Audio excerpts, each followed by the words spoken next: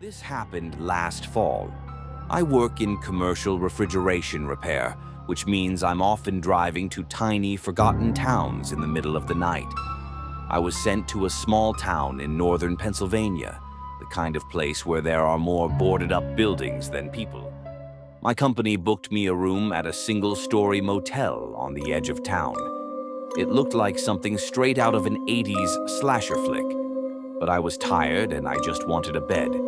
I didn't know then that checking into room 11 would be the biggest mistake of my life. The woman at the front desk was in her 60s, smelling of bleach and old coffee. She kept glancing past me, staring at the dark parking lot, like she was expecting someone to jump out. When she handed me my key, her voice dropped to a whisper. "If anyone knocks on your door tonight," she said, "do not answer it. And if you hear anything at all outside, just call the office. Don't go out there." I laughed it off, thinking it was just a warning about local drifters asking for money. I grabbed my bag and headed to my room at the far end of the lot. As I walked to my door, I noticed an old, dark green pickup truck parked 2 spots away from mine. The engine was humming, but the headlights were off. I could see the silhouette of a man inside. He had both hands on the wheel, staring straight ahead. He didn't look at me as I passed. He just sat there, perfectly still. Inside, the room was depressing. Cigarette burns on the dresser and a heavy stale smell. Around 10:30 p.m.,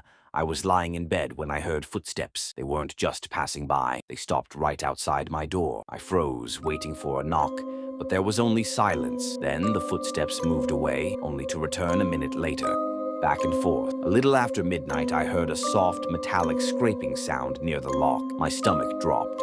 I crept to the door and looked through the peephole. At first, I saw nothing but the dim parking lot lights. Then I realized someone was there. They were crouched low, almost directly under the peephole view. I could only see the top of a dark baseball cap. I stood there, paralyzed. 5 seconds later, the person stood up and sprinted toward the end of the building. I immediately called the office. The woman answered, her voice trembling. "Don't open that door," she urged.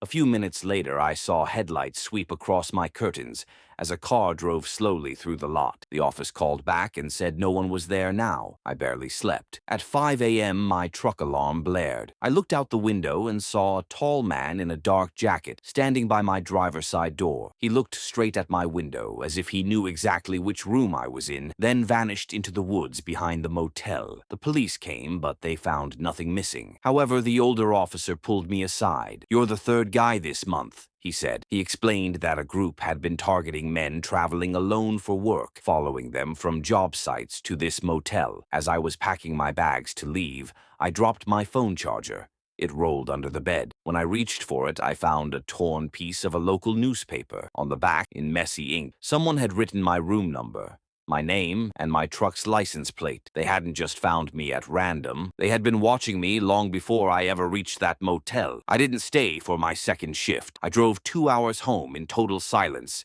and I've never stayed in a roadside motel since.